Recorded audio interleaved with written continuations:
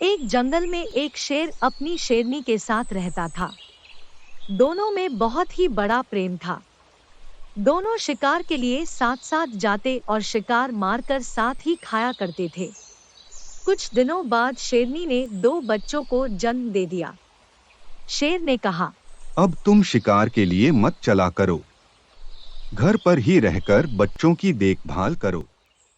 मैं अकेला शिकार के लिए जाऊंगा और तुम्हारे लिए भी शिकार ले आऊंगा। उस दिन से शेर अकेला ही शिकार के लिए जाने लगा। शेरनी घर पर रहकर दोनों बच्चों का पालन पोषण करने लगी।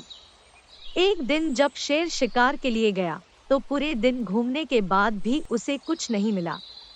वापस लौटते समय उसने लोमड़ी के बच्चे को अकेले घूमते हुए देखा।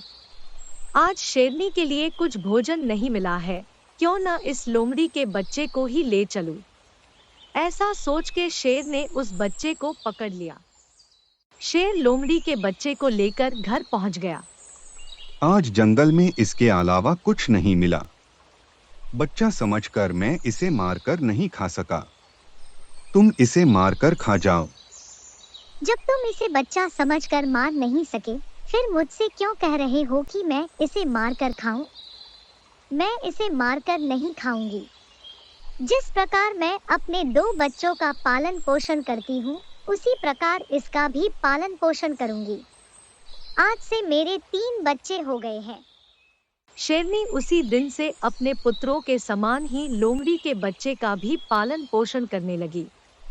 लोमड़ी का बच्चा भी शेर के दोनों बेटों के साथ पलने बढ़ने लगा।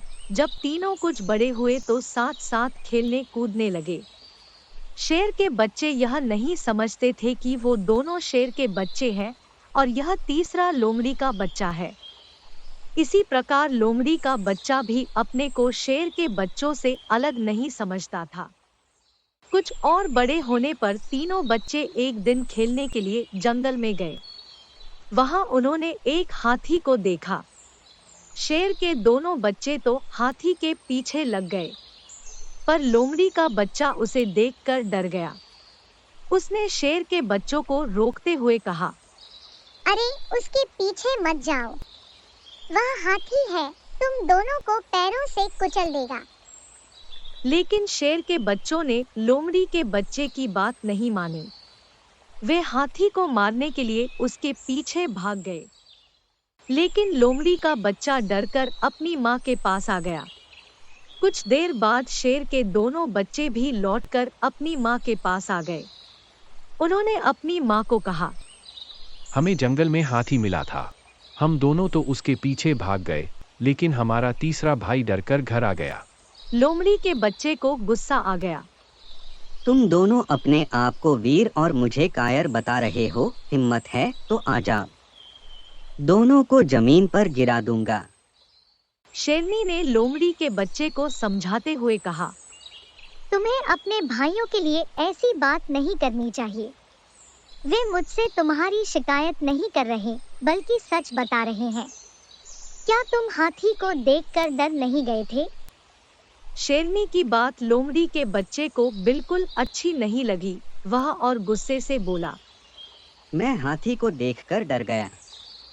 आपका कहना है कि मैं डरपोक और वे दोनों बहादुर हैं। मैं अकेला उन दोनों को जमीन पर गिरा सकता हूँ। तब शेरनी बोली, देखो बेटा, अधिक बढ़ कर बातें करना अच्छा नहीं होता। यह तो सच ही है कि तुम्हारे वंश के लोग हाथी को देखकर डर जाया करते हैं।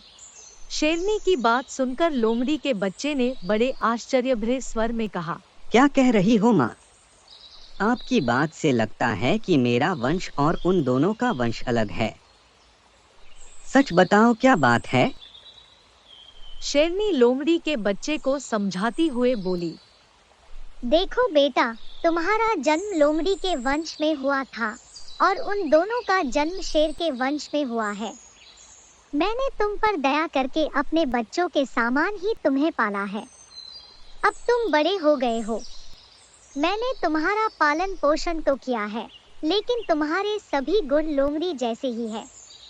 इसलिए तुम उस हाथी से डर गए। मैंने इस भेद को अभी तक अपने बच्चों से छिपा रखा है।